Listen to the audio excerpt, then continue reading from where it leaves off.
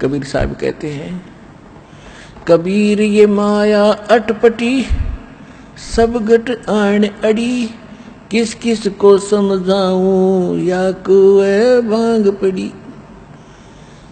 अब जैसे किसी ने कुएं में और 10-20 किलो भांग डाल दी हो, उस कुएं के जल ने जो भी पीएगा, तो 1000 आदमी पीकर चल पड़ो वहां से, तो सबकी एक जैसी भाषा, एक जैसी चाल, एक जैसी सोच हो जाती है।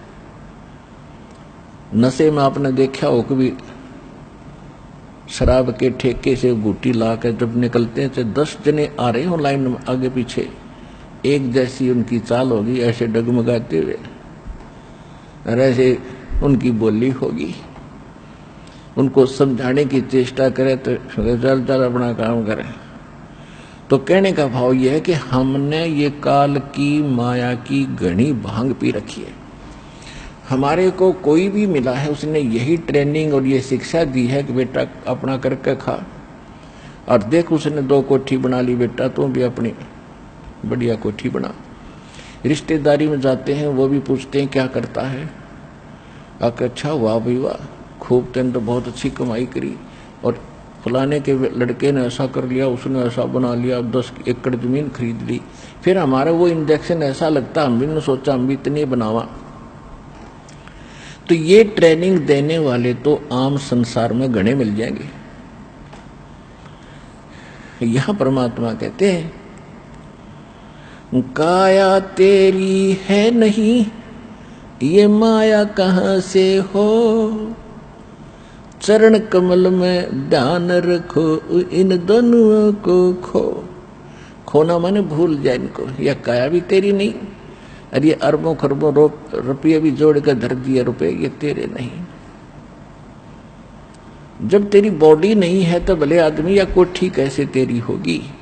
तो इतनी अकल हमारी मारी जा चुकी है अज्ञान के कारण कि हम वास्तविकता भूल कर नकली काम में जुट गए, दृढ़ हो गए, और उससे हटाकर रियल काम पर और वास्तविक कार्य पर लगाना अब परमात्मा के लिए कितना कठिन हो गया। लेकिन परमात्मा के लिए कठिन नहीं होता, वो चाहे तो एक पल में कर दें, लेकिन हम कैसे मानेंगे उनको, वो फार्मूला अपनाना पड़ता है, क्योंकि हम सब इच्छा से यहाँ आए हैं, और सब इच्छा से यहाँ से जाने की प्रेरणा होगी तभी हम वापस जा सकते हैं, वैसे नहीं जा सकेंगे। कमाई जो कर रहे हैं ये आपके साथ रहेगी, आपको लाभ मिलेगा। मोक्ष निवा तो यहाँ भी आप स्वर्ग में भी जाओगे, देवता बन जाओगे, राजा बन जाओगे, अंत में फिर गधे भी बन जाओगे, ये भी याद रखना। तो यहाँ से निकलने के लिए आप जी ने यहाँ से मन हटाना पड़ेगा। ये लोग ठीक नहीं, चाहे हम लाख वर्ष जीवन भी प्राप्त किया तो भी मरे।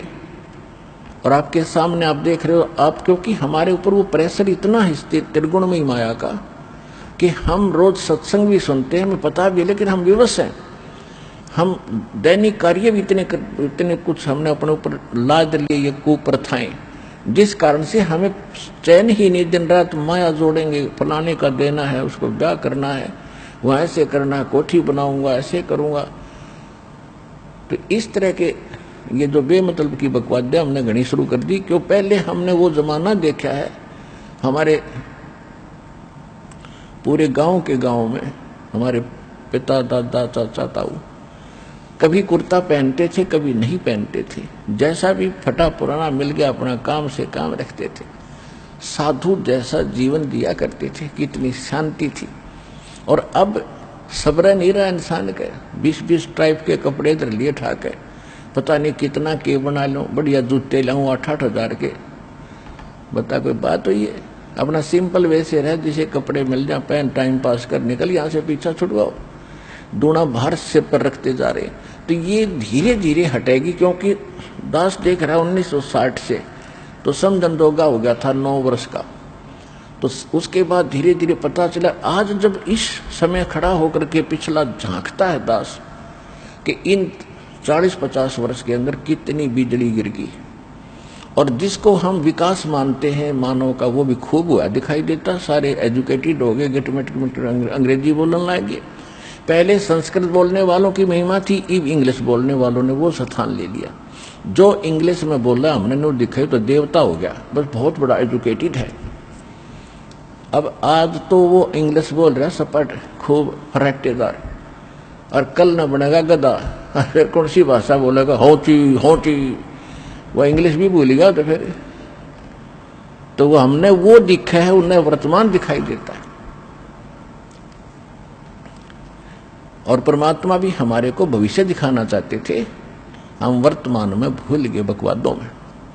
तो वो विद्वान नहीं है, उससे प्रभावित होने की कति आवश्यकता नहीं।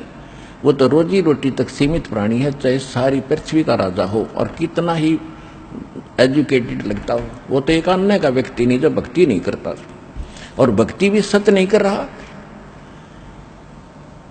3 लोक का राज जीव को जय कोई दे, और लाख बधाई क्या करे जय नहीं नाम तेने।